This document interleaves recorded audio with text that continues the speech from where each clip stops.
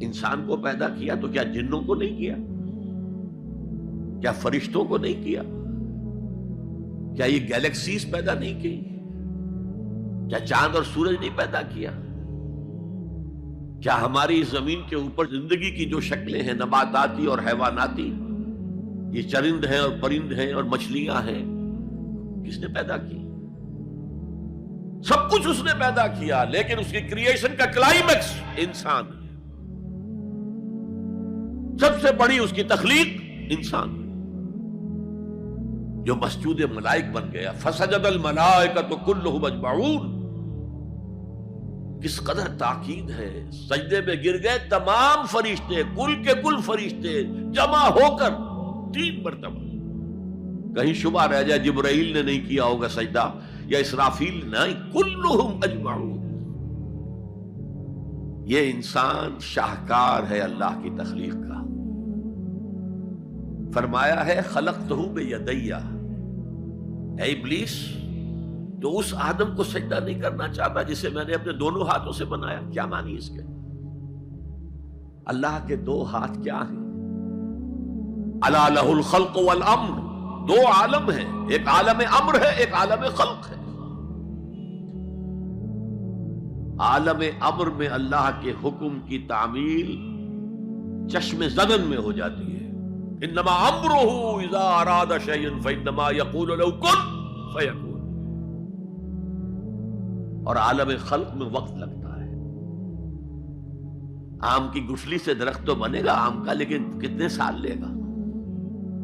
ماں کے پیٹ میں بچہ پرورش تو پائے گا، لیکن 9 مہینے لے گا۔ اللہ نے فرمایا کتنی جگہ پر میں نے آسمان اور زمین 6 دنوں میں پیدا کی۔ عالم خلق میں ٹائم کا ایلیمنٹ ہے، عالم امر میں کوئی ٹائم نہیں۔ عالم امر سے تعلق رکھنے والی صرف 2 مخلوقات ہیں، فرشتے اور انسانی ارواح۔ یسألونک عن الروح قل الروح من امر ربی۔ اور عالم خلق سے ہمارا یہ جسم ہے، حیوانی وجود ہمارا جو زمین سے آیا ہے۔ منہا خلقناکم وفیہا نعیدکم ومنہا نخرجکم تارۃ اخری۔ یہ یہاں سے آیا پھر یہیں چلا جائے گا، روح وہاں سے آئی اور وہیں لوٹے گی۔ انا للہ وانا الیہ راجعون، یہ ہمارا جسم تو نہیں جائے گا۔ الرحمن علم القرآن خلق الانسان علمہ البیان۔ انسان کو جو صلاحیتیں دی اللہ نے، ان میں سب سے بڑی صلاحیت قوت بیان ہے۔ اس لیے انسان کو اہل منطق کہتے ہیں حیوان ناطق، بولنے والا حیوان۔ یہ اپنے آپ کو ایکسپریس کرنے کی صلاحیت ہے۔ یہ تمام صلاحیتوں میں چوٹی کی صلاحیت ہے۔ دیکھیے ہمیں آنکھیں دی ہیں، حیوانوں کی بینائی ہم سے کہیں زیادہ ہے۔ ایسے حیوان بھی ہیں کہ جنہیں لائٹ کی ضرورت ہی نہیں، بغیر روشنی کے دیکھتے ہیں۔ یہ باز اور شاہین بڑی بلندی سے زمین پر پڑی ہوئی سوئی کو دیکھتے ہیں۔ سماعت ہمیں دی تو بہت سے حیوانات کو ہم سے بہت زیادہ سماعت دی۔ آپ گھوڑے پر سوار جا رہے ہیں، آپ نے کوئی آواز نہیں سنی، گھوڑے نے سن لی ہے، اس کی کنوتیاں کھڑی ہو گئی، اینٹینا کھڑے ہو گئے۔ سوار کو معلوم ہوا کوئی خطرہ ہے، اس نے تو کچھ نہیں سنا تھا۔ پھر کتنے حیوان ہیں جو سونگنے کی قوت ان میں کتنی زیادہ ہے، ہر شے کو سونگ کر پتہ کرتے ہیں یہ ہمارے کھانے کی ہے کہ نہیں۔ اصل صلاحیت جو انسان کی صلاحیت ہے وہ قوت بیان ہے۔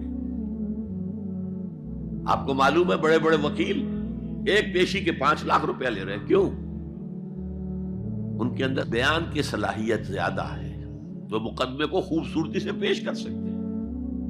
ورنہ وہی قانون پڑھنے والے جو ہیں وکلا، وہ جوتی پٹخار سے پھرتے ہیں، کوئی ان کو پوچھتا نہیں۔ اسی طرح آپ کو معلوم ہے دنیا میں بڑے بڑے جو ڈکٹیٹر بنے ہیں وہ قوت بیان کی بنیاد پر بنے۔ ہٹلر کی فائری سپیچز اس نے کہاں سے کہاں اسے پہنچا دیا۔ لیکن اب ان چیزوں کو جوڑیے. الرحمن علم القرآن، یہ ایک جملہ بنا ہے. رحمان نے قرآن سکھایا. خلق الانسان، انسان کو پیدا کیا. علمہ البیان، یہ 3 ویلیوز ہیں جو 4 آیتوں میں آئی ہیں. آپ نے میتھمیٹکس میں یا ارتھمیٹکس میں پڑھا ہوگا ریشو پروپورشن کا قاعدہ، نسبت و تناسب. 3 ویلیوز دے دی گئی، یہ چوتھی تلاش کرو. وہ چوتھی ویلیو کیا ہے؟ دیکھو، اگر تمہیں کوئی قوت بیان اللہ نے دی ہے، اسے قرآن کو بیان کرنے میں صرف کرو.